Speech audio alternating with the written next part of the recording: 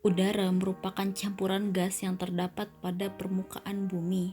Udara tidak tampak mata, tidak berbau, dan tidak ada rasanya. Kehadiran udara hanya dapat dilihat dari adanya angin yang menggerakkan benda.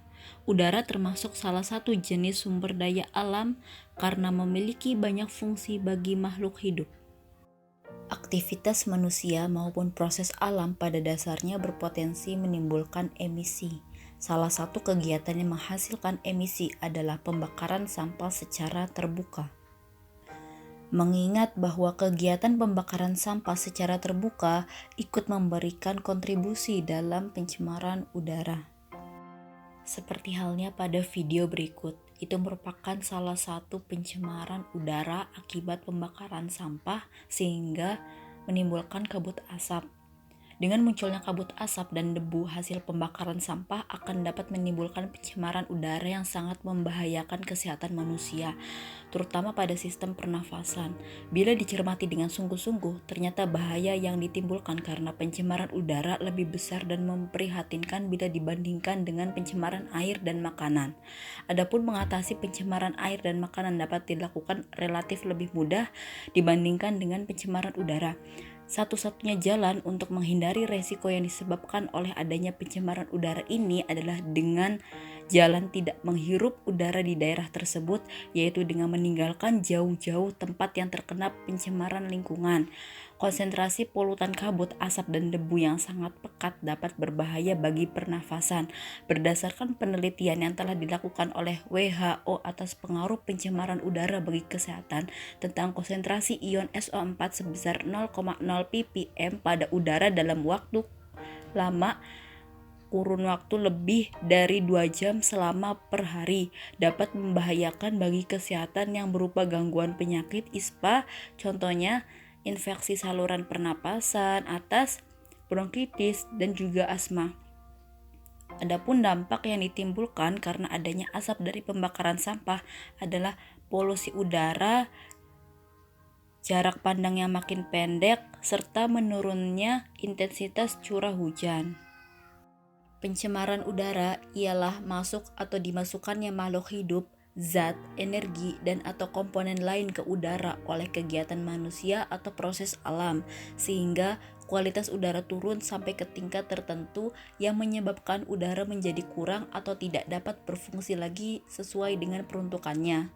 Pencemaran terjadi karena adanya beberapa faktor atau elemen pendukung terjadinya proses pencemaran.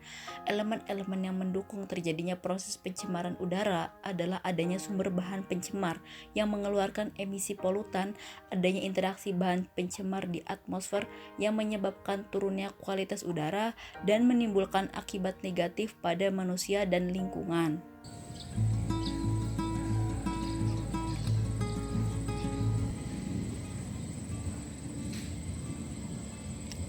Assalamualaikum warahmatullahi wabarakatuh. Perkenalkan, nama saya Zakia Nur Afrizia dengan nomor induk mahasiswi 19081061162 dari kelas Biologi S semester 4 Tadris Biologi IAIN Syekh Nurjati Cirebon.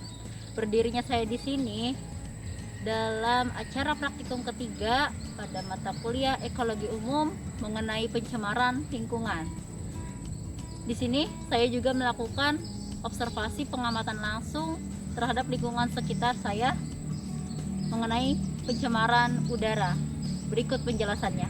Adapun alat dan bahan yang digunakan dalam observasi pencemaran udara ini, saya menggunakan handphone yang di dalamnya sudah berisikan aplikasi cuaca. Dalam observasi pencemaran udara ini, saya akan mengamati dua aspek utama, diantaranya yaitu yang pertama parameter fisika dan yang kedua adalah parameter biologi, di mana parameter fisika ini terbagi lagi menjadi dua pengamatan.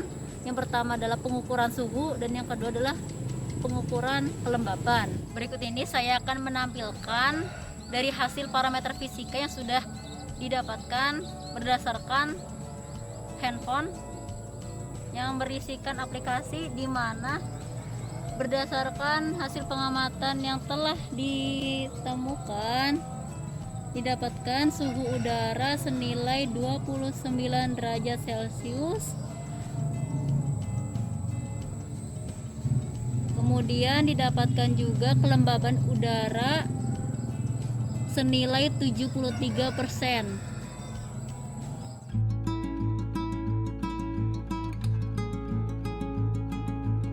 Selanjutnya yang kedua adalah parameter biologi, di mana parameter biologi ini praktikan mengamati beberapa organisme yang berada di udara lingkungan sekitar dengan menghitung jumlah organisme di sekitarnya.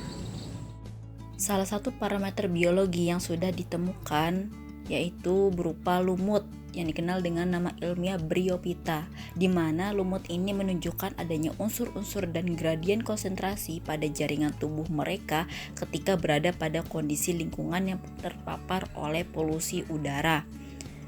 Kemudian, lumut juga sebagai biomonitor ataupun bioindikator dari adanya polusi udara terhadap lingkungan sekitar.